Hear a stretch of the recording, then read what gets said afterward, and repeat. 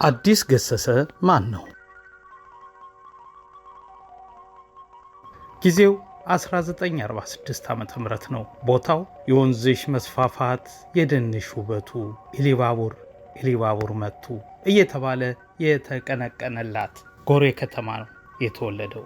ዓይንን ይሸሻል፣ ከንግግር ይቆጠባል፣ ስራውን ግን አጥብቆ ይሰራል ይሉታል በቅርብ የሚያውቁት ሲመሰክሩ። ዓለም አቀፉ የሙዚቃ ፕሮዲውሰርና ማናጀር አዲስ ገሰሰን። እኛ ተወልደን ያደግነው ኢሉባቡር ጎሬ የሚባል ከተማ ነው። አባታችን በልጅነታችን ነው የሞተው። 9 ልጆች ነን። እናታችን ነች ያሳደገችን እና ምንም ይሄን ያህል ቫልዩ የምትሰጪው ገንዘብ የለም እኛ ጋር። ያገኘነውን በልተን በቃ ጥሩ ገንዘብ የሌለው ቤተሰብ ነው የነበር ነው። በተሰማራበት ሙያ ዓለም አቀፍ እውቅና ከማግኘቱ በፊት የንጉሠ ነገሥቱ አየር ኃይል ባልደረባ ለመሆን ወደ ደብረ ዘይት አቀና። ቀጥሎም ወደ አስመራ ብሎም ወደ ምጽዋ፣ በመጨረሻም ወደ አሜሪካ። ወታደር ዲሲፕሊን ቀላል ነገር አይደለም። ለህይወቴ መልክ የሰጠው ነገር ቢኖር እሱ ነው። ኢትዮጵያ ውስጥ ለ2 ዓመት ተኩል ትሬኒንግ ወስጄ ነበረ ደብረ ዘይት፣ ከዛም አስመራ፣ ምጽዋ ሄጃለሁ። ብዙ ቦታ ተንቀሳቅሻለሁ፣ ግን ያው በተማሪ ደረጃ ነበር ያኔ። ከዛ አሜሪካን ሀገርም ለትሬኒንግ ነበር የሄድኩት። ከዛ በኋላ ያው የኢትዮጵያ መንግስት ጃንሆይ ሲገለበጡ በዛው ቀረሁና ትምህርት ቤት ገባሁ። በጣም ትልቅ ነገር ነው ብዬ የማስበው ነገር ቢኖር ዲሲፕሊን ነው። የዲሲፕሊን ነገር ከምንም ነገር የበለጠ ሚሊተሪ ውስጥ ነው ያለው። ፎርሙሌት ያደርጉሻል፣ ኦርጋናይዝ ያደርጉሻል እና ያ ትሬኒንግ ለብዙ ላይፍ ሰክሰሴ ትልቅ ምንጭ ነው ብል ምንም የተሳሳተ ነገር አይደለም። የቤተሰቡ ሙዚቃ ወዳጅነትና አፍቃሪነት የሚጀምረው ከታላቅ ወንድማቸው መኮንን ገሰሰ ጋር በተያያዘ ነው። ታላቅ ወንድማችን መኮንን ገሰሰ አሁን አትላንታ ነው ያለው። እሱ የተለያዩ ሙዚቃዎች በዛን ዘመን ማጫወቻ ነበረው እና እንሰማ ነበር ሙዚቃ በጣም እና እኔ ከዛ ወደ አሜሪካ ሄድኩኝ። ወንድሞቼ ዩኒቨርሲቲ እየተማሩ ሃይስኩልም እየተማሩ ሙዚቃ ይጫወቱ ነበር በተለያየ ክለብ ውስጥ። ሙሉጌታ ዘለቀ አክቲቭ ነበሩ አዲስ አበባ። ይሄን እኔ አላውቅም፣ እዛ ሲመጡ ነው። እዛ ከመጡ በኋላ ሙዚቃ እንደሚጫወቱ ስለነገሩኝ ነው። በዛ ነው ዴቨሎፕ ያደረገው። አዲስ ገሰሰ፣ ዘለቀ ገሰሰ፣ ሙሉጌታ ገሰሰ በኢትዮጵያ ሙዚቃ ውስጥ ሙሉ ዝንባሌያቸውን ከሙዚቃ ጋር ያደረጉ ቤተሰቦች ናቸው። ዳሎል የሙዚቃ ባንድ ሲመሰረትም ድርሻቸው ከፍተኛ ነው። ዳሎልን የመሰረት ነው ሺካጎ ነው፣ ግን ከዛ በፊት አዲስ አበባ ሆነው በዚህ ስም በዳሎል ባንድ ስም ፋንክሽን ያደርጉ ነበር። እነ ዘለቀ ሙሉጌታ እና ሌሎችም የነሱ ጓደኞች። ግን እዛ ከመጡ በኋላ በጣም አክቲቭ ነው ዘለቀ እና ዘለቀ ይሄን ነገር ማድረግ አለብን ብሎ ሀሳቡን ሲያመጣ ኦኬ እንችላለን ሲሉኝ እኔ ሲጫወቱ አይቻቸው አላውቅም እና እዛው እኛ ዩኒቨርሲቲ ውስጥ ብላክ ስተዲስ ዲፓርትመንት ፕሮፌሰሩ አድቫይዘሬ ነበር እና እሱን ጠየቅኩት። እንዲህ ያሉ ልጆች ከአፍሪካ መጥተዋል እና እንዲህ ያለ ሙዚቃ ቢጫወቱ ምን ይመስልሃል ብዬ ስጠይቀው ታዲያ ምን ችግር አለው ብሎ ገንዘብ አሎኬት አደረገልን ለዛ ሾው ፌብሩዋሪ 1979 እና እዛ ላይ ገንዘቡን ትንሽ አድቫንስ ሰጡን 50%ቱን። እሱን ወሰደንና ስቱዲዮ ተከራየን። የባንድ ኢኩዊፕመንትን እና ሁሉ የተዘጋጀበት ኤስአይአር የሚባል ስቱዲዮ ኢንስትሩመንት ሬንታል የሚባል እንትን አለ ካምፓኒ አለ። እነሱ ጋር ሄደን የመጀመሪያውን ዘፈን ስሰማ ላምን አልቻልኩም። ምክንያቱም በጣም ጎበዞች ናቸው፣ ታለንት ናቸው። ሙሉጌታ ዘለቀ፣ አስራት ደረጀ፣ የተለያዩ ልጆች 7 ሆነው ነው የሰጡት። ሾው የሚገርም አይነት ሾው ነው ለኔ። የፌላ ኩቲ፣ የባብ ማርሌ፣ የነ መሐሙድ በተለያዩ ዘፈኖች ነበረ ያቀረቡት እና አይ ዋዝ ኢምፕሬስድ። በጣም ደስ ነው ያለኝ። አይ ይሄ ከሆነ በዚህ ነገር ፐርሲው ብናደርግ ጥሩ ስራ ልንሰራ እንችላለን አልኩኝና ጥሩ ዲሲፕሊን ያለው ስራ እንድንሰራ እያንዳንዳቸው ስራ እየሰሩ ገንዘብ ሴቭ እንድናደርግ፣ ያ ገንዘብ ሴቭ የምናደርገው መሳሪያ እንድንገዛ፣ ያንን መሳሪያ ገዛን። ከዛ በኋላ ዋሽንግተን ሄድን። ዋሽንግተን ይሄ ነገር አዲስ ነው፣ ሰው የለም እና ዲሲ ሄደን አቶ አማሃ እሸቴ የሚባል ብሉ ናይል ሬስቶራንት የሚባል ነበረ። ከዛ በፊት እማማ ደስታ የሚባሉም ነበሩ። 2 ሬስቶራንት ነበሩ ዋሽንግተን ያን ጊዜ። እማማ ደስታ ሄደን አንዲት ልጅ ዌይትረሷን እንዴት ነው ብለን ስጠይቃት እዚህ ታች ብሉ ናይል የሚባል ቤት አለ፣ አማሃ ይባላል፣ የሙዚቃ ሰው ነው፣ ሂድና አናግሩት አለችን። ሄደን ስናናግረው እሱ ደግሞ he was very willing ክፍት ክፍል ነበረው ከሬስቶራንቱ ጎን፣ እዛ ውስጥ ሾው እንድንሰራ ፈቀደልን። እኛ እንግዲህ ምልሽ እንትኖች ነን፣ ነገ የሚባል ነገር የለም፣ እንስራ የሚባል ነገር ላይ እኔም ሆነ ወንድሞቼ በጣም አክቲቭ ነን። ያንን ክፍል ሰጠን እና ሾው ሰራን። የሚገርም አይነት ክራውድ ወጣ። ምክንያቱም የለም ነበር ያን ጊዜ ማንም ኢትዮጵያ ባንድ የሚባል ነገር የለም። እኛ የመጀመሪያዎቹ ነን። ዋሽንግተን ነው ልጆቻችን መጡ ተባለ። ልጁም ጎረምሳውም አሮጊቱም ሁሉም በየአይነቱ ነው መጥተው ሰፖርት ያደረጉን። ከዛ በኋላ ያንን ሾው ከሰራን በኋላ እንደገና ደግሞ ሎስ አንጀለስ ሄደን እንደገና ሌላ ሾው ሰራን። ይሄ ሁሉ ሲሆን ምንድነው አንድ ነው ያደረኩት ነገር፣ እኔም እነሱም ገንዘብ አዋጥተን መሳሪያ ስንገዛ እኔ ደግሞ ጥሩ ክሬዲት ስለነበረኝ ሄጄ አንድ ጥሩ ቫን አዲስ ቫን በክሬዲት አወጣሁ እና አምጥቼ ሳሳያቸው ያ ደግሞ ትልቅ የሞራል ቡስት ሰጣቸው እና በሱ ከዋሽንግተን ሎስ አንጀለስ ሄደን ሎስ አንጀለስም ሄደን በጣም ሰክሰስፉል የሆነ ሾው ሰራን። ከዛ በኋላ ኢትዮጵያውያን ልጆች ስቲቪን ማግኘት አለባችሁ፣ ስቲቪ ወንደርን ማግኘት አለባችሁ ብለው ወንደርላንድ ስቱዲዮ የሚባል የሱ ስቱዲዮ ይዘውን ሄዱ። አላመንም። ይሄ ሁሉ ህልም ነው የሚመስለው አሁንም ዛሬም ቢሆን። ምክንያቱም ስቲቪን ማግኘት ቀላል ነገር አይደለም። አንድ ሁለተኛ ነገር ደግሞ ከሱ ጋር የሰራነው ስራ የመሐሙድን አንድ ዘፈን ያንን አድርገን ተመልሰን መጣ። በኢትዮጵያ ሙዚቃ ውስጥ ከፍተኛ ፍቅርና አድናቆትን ካተረፉ እንስት ድምፃውያን መካከል እጅጋየሁ ሽባባው አንዷ ናት። አዲስ ገሰሰ፣ እጅጋየሁ ሽባባው ጉድፈላ የሙዚቃ አልበም እንዴት ተገናኙ? እኔ ጂጂን አላውቃትም ፐርሰናሊ። ይዘዋት እኔ ጋር የመጡት ቶማስ ጎበና እና አበጋዝ ሽታ የሆነው እኔ ገና ከማያሚ ከነዚጊ ጋር ተመልሼ ቤት ገብቼ ቁጭ ብያለሁ። ከቤተሰቦቼ ጋር ምግብ ተሰርቶ ያው እንኳን ደህና መጣህ የቤተሰብ ነገር ላይ ነው ያለሁት እና ስልክ ይደወላል። ደዋዩ ማን ነው? ቶማስ ነው። ቶማስ ይደውልና አዲስ አንተ ጋር እየመጣን ነው አለ። የት ነው የምትመጣው ስለው ቤቴ እየመጣን ነው። ለምን ስለው አንዲት በጣም ጎበዝ የሆነች ኢትዮጵያዊ ዘፋኝ እንድታገኛት እንፈልጋለን፣ በጣም ጎበዝ ነች እና እንዴ ገና እኮ ከውጭ መግባቴ ነው። አይ እንግዲህ ይኸውና አንድ ብሎክ ነው የቀረን አንተ ቤት ለመድረስ ሲሉኝ እሺ ነው አልኳቸው። ቤት መጡ፣ ገቡ። ጂጂ በጣም ኤሌጋንት ነች፣ ሺ ኢዝ ቢዩቲፉል። እስቲ ዘፈኛ አልኳት።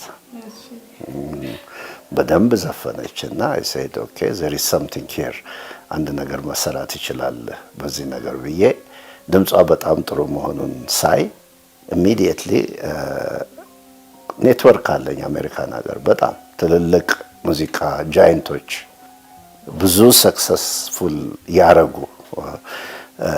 ቦብ ማርሊን፣ ዩቱን፣ ሮበርት ፓልመር፣ ግሬስ ጆንስ ዩ ኔም ኢት ያደረጉ ፕሮዲውሰር ክሪስ ብላክዌል ይባላል። ክርስን ደወልኩለትና አንድ በጣም ጎበዝ ኢትዮጵያዊ ዘፋኝ መታለች እና ላስተዋውቅ እፈልጋለሁ ስል ገረመውና እና ምን እናደርግ ነው የምትለው ሲለኝ አይ እስቲ እንስማትና የምናደርገውን ታያለህ አልኩት። እሺ ያለና ቀጠረን። ሲቀጥረን በስንት ሰዓት እንደሆነ ታውቂያለሽ? ሚድናይት ነው፣ ከሌሊቱ 6 ሰዓት ነው ቤቱ ይሄድ ነው። ሰውየው በጣም ቢዚ ስለሆነ ታይም የለውም እና እቺ ደግሞ አዲስ ነገር ነችና በዛም ታይም ማግኘታችን እድለኞች ነን። ቤቱ ሄድን፣ አያት። ታምንባታለህ ወይ አለኝ። አዎ አልኩት። ከዛ በኋላ ነገ ሄዱና ተፈራረሙ አለ። ይሄ እንግዲህ የሚሆን ነገር አይደለም። በአሜሪካን ሙዚቃ ታሪክ ልንገርሽ፣ በጣም እድለኞች ነን። እኔም እሷ ከሪከርድ ካምፓኒው ጋራ የ5 አልበም ዲል ተፈራረምን። ያንን ዲል ከተፈራረምን በኋላ ማን ይሁን ፕሮዲውሰር ብሎ ሲጠይቀኝ ቢል ላዝዌል አልኩት። ዋይ ቢል ላዝዌል? ሌላ ሰው ከካሊፎርኒያ እናስመጣለን ምናምን ሲል ነው ይሄ ሰውዬ ይሆናል። እንግዲህ የእድል ጉዳይ ነው ይሄ። ከሱ የበለጠ እኔ አውቄ ሳይሆን ለሷ ድምፅ ፊት ያደርጋል ብዬ ያሰብኩት ሰውዬ እሱ ስለነበረ እሱን ሪኮሜንድ አደረኩኝ። ስራ ተጀመረ። አንዳንድ ፓርት ላይ እነ አበጋዝን ጠራቸው ትንሽ ከለር እንዲያደርጉ። ግን እነ ዌይን ሾርተር፣ እነዚህ ጃይንት እነ ኸርቢ ሃንካክ፣ እነዚህ ሰዎች ናቸው አልበሟ ላይ የተጫወቱት። ይሄ የሚሆን ነገር አይደለም፣ በኢትዮጵያ ታሪክ ተደርጎ የሚያውቅም አይደለም። በኋላም ደግሞ ባልሆነ ቢል ላዝዌል እና ልጅ ወለደች ከሱ እና ጥሩ ነገር ነበር ሀፕን ያደረገው። እንዲያውም የፕሮጀክቱን ሲሪየስነስ ካምፓኒ ውስጥ ያሉት ሰዎች እንዲያውቁ ብሎ ፎቶ ሴሽን እንግዲህ ኒውዮርክ በዓለም ላይ አንደኛ ያለው ሁሉ ነገር ያለው እዛ ነው። ግን እሱ ሲሪየስ መሆኑን እንዲያውቅ ብሎ ጂጂን ለፎቶ ሴሽን ፓሪስ ላካት። ይሄ ሁሉ ሆኖ አልበሙ ሪሊስድ ሆኖ ምን በቃ ሁላችንም ነው እንትን ያልነው። በጣም ጥሩ ፕሮዳክት ነው። አሁን ድረስ ታሪክ ያለው አልበም ነው። ከዚያ በኋላ እሷ ዲሳይድ አደረገች የራሷን ስራ መስራት ምናምን። እኔ ደግሞ አንድ እምነት አለኝ። አንድ ፕሮዳክት ይሰራል፣ ውጤት ያመጣል። ያን ውጤት አይተሽ ሌላ ውጤት ልስራ የምትይና ከኔ ጋር የሚመችሽ ከሆነ ካልተመቸሽና ደግሞ የራስሽን ስራ እኔ ለአንዲት ኢትዮጵያዊ ትንሽ በር ከፍቻለሁ። በዛው ተለያየን። ምንም መጥፎ ፊሊንግ የለም። እህቴ ነች፣ ወዳታለሁ፣ አከብራታለሁ። አሁንም በምትሰራው ወደፊትም ጥሩ እድል እንዲያጋጥማት እመኛለሁ። ሜዝሞራይዝ ነው የሚያደርግሽ። በቃ ሰው ሁሉ ተደንቆ ነው የሚያትችልች። እንዴት አይነት ነው ኬት የመጣች ነች አይነት ነገር። 98% ነጭና ጥቁር አሜሪካን ነው። አበሻ በጣም ትንሽ ነበረ። ያው ተማሪዎች እዛ ዩኒቨርሲቲ ያሉ ልጆች ናቸው። በጠቅላላ ሊያምነው አልቻሉም። የሚሰሙትን ድምፅ፣ የሚያዩትን መልክ፣ ዘ ሆል ቲንግ ዘ ፓኬጅ ዋዝ ኤክሰለንት። የአዲስ ገሰሰ የድምፃዊ ቴዎድሮስ ካሳሁን ወይንም ቴዲ አፍሮና አብሮ የመስራት ዘመን። ቴዲ አሁንም ቅርብ ነን። ትንሽ ወንድሜ ነው። አከብረዋለሁ፣ እወደዋለሁ። ጎበዝ ታለንትድ አርቲስት ነው ቴዲ። አሁን አይ ዶንት ኖ ነምበር 1 አርቲስት ኢን ኢትዮጵያ ብል አላፍርበትም። እንግዲህ የሰራነውን ስራ ደግሞ 10 ዓመት አብረን ሰርተናል። ቴዲ በደንብ ያውቀዋል። አሁን በቅርብ ጊዜ እንኳን ቤቱ ሄጄ ነበር። ቀይ ወጥ ወዳለሁ ስለው ቀይ ወጥ አሰርቶ ጠበቀኝ። እሱም በላን፣ ተጫወትን። አንድ ከውጭ የመጣ ፈረንጅ ነበረ በዚህ በሙዚቃ ኢንዱስትሪ ውስጥ ያለ፣ እንዲተዋወቁ አንዳንድ ስራ እንዲሰሩ። እኔ ከእንግዲህ በዚህ እድሜ እንደገና ተመልሼ ማኔጅ ማድረግ ግን ጥሩ ነገር ከመጣ ቴዲ ብቻ አይደለም ኢትዮጵያ ነች አብራ የምትነሳው። ጃኖ ብቻ አይደለም ኢትዮጵያ ነች አብራ የምትጠራው። እና ያ ነገር ሲሆን ደስ ይለኛል። እና በተቻለኝ መጠን ጥሩ ሪሌሽንሽፕ ኖረኝ ከወንድሞቼ ከእህቶቼ ጋራ መስራት ደስ ይለኛል። አሁንም አስፈላጊ ሆኖ እንዲህ እናድርግ ብለው መጥቶ ቢጠይቁኝ አደርጋለሁ። ግን ይሄ ፉል ታይም ኮሚትመንት አልችልም፣ አርጅቻለሁ። የበጎ ምግባር ተግባር ምልክትና ምሳሌ እናቴ ናት ይላል አዲስ ገሰሰ። እናታችን ስታሳድገን ሁልጊዜ ትናገራለች፣ ሁልጊዜ ለመርዳት ወደኋላ እንዳንል እና ያን ነገር ከሁላችንም የበለጠ ደግሞ ዘለቀ ትልቅ ሮል አለው። አሁን መጀመሪያ ይሄን ነገር ስናስብ ሀሳቡን ያመጣው እሱ ነው። ከዛ በኋላ እኔም ዚጊም ፓርቲሲፔት አደረግን እና ትምህርት ቤቶች ተሰሩ። በጣም ብዙ ትምህርት ቤቶች ናቸው የተሰሩት። 30 ትምህርት ቤት ኢትዮጵያ ውስጥ ሲሰራ የመጀመሪያው ነው፣ በፕራይቬት ሴክተሩ ማለት ነው፣ መንግስት ካልሆነ በስተቀር። እነዛን ትምህርት ቤቶች ስናሰራ ብዙ ውጣ ውረድ ነበረው። እግዚአብሔር ይመስገን የመጀመሪያውን ትምህርት ቤት ሄጄ ሳይ ከዘለቀ ጋር ተያይዘን እዚሁ ቅርብ ነው፣ ከአዲስ አበባ ትንሽ ኪሎ ሜትሮች ወጣ ብሎ ነው። በቃ አለቀስኩኝ። ላምን አልቻልኩም። እንደዚህ አይነት ነገር ለመስራት መብቃቴ እድለኛ ነኝ ብዬ እምባዬ ነው የወጣው። ተማሪዎቹን ሳይ እዛ ተሰብስበው አንድ ላይ ሲማሩ ሳይ ትልቅ እድል መሆኑን ነው የተገነዘብኩት። እና ወደፊትም ቢሆን እግዚአብሔር ካለና እድሉ ከተመቻቸ አንዳንድ ነገሮች ደግሞ እናደርጋለን ብለን እናስባለን። የዓለማችን የሬጌ ሙዚቃ ንጉሥ እና አቀንቃኝ ቦብ ማርሌ ቤተሰቡና የነበረው ኃላፊነት ምን ይመስላል? የቦብ ማርሌ ቤተሰቦች ጋር ለመስራት እድል ማግኘት ትልቅ ነገር ነው። 25 ዓመት አብሬያቸው ሰርቻለሁ። ዚጊ እኔ ሳገኘው 12 ዓመቱ ነበር። ተለይቼው ስወጣ ወደ 38 39 ዓመት ነው እና እንደ ወንድም፣ እንደ ማኔጀር፣ እንደ አባት ሆኜ ነው ያሳደግኳቸው። አሁን እንዲያውም በቅርብ ጊዜ ኒውዮርክ ሾው ነበራቸው። ስቲቭን አግኝቼው ነበር። ስቲቭ ሁለተኛው ነው ወንዱ እና አንተ እኮ ለኛ አለ አባት፣ ወንድም እና አሁንም ማቀውን ያኔ ባቅ ኖሮ ከኛ ጋር በህይወታችን የምትለየ ሰው አልነበርክም አለ። እምልሽ ፌት ሁል ጊዜ የተለያየ ቦታ ይወስድሻል። 12ኛ ክፍል እስኪጨርሱ ድረስ ሪታ እናትየዋ ሱፐርቫይዝ ታደርገን ነበር።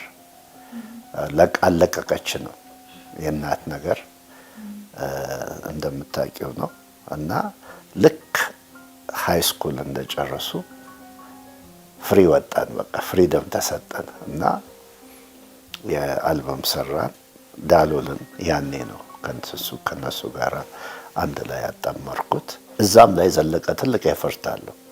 ዘለቀ ከዝጊ ጋር እንደ ትልቅና እንደ ትንሽ ወንድም ነው የሚተያዩት እና እንደ ጥሩ ኢትዮጵያዊ ደግሞ የአሳያቸው ዲስፕሊን አሁን ዝጊ ላይ ይታያል በደንብ።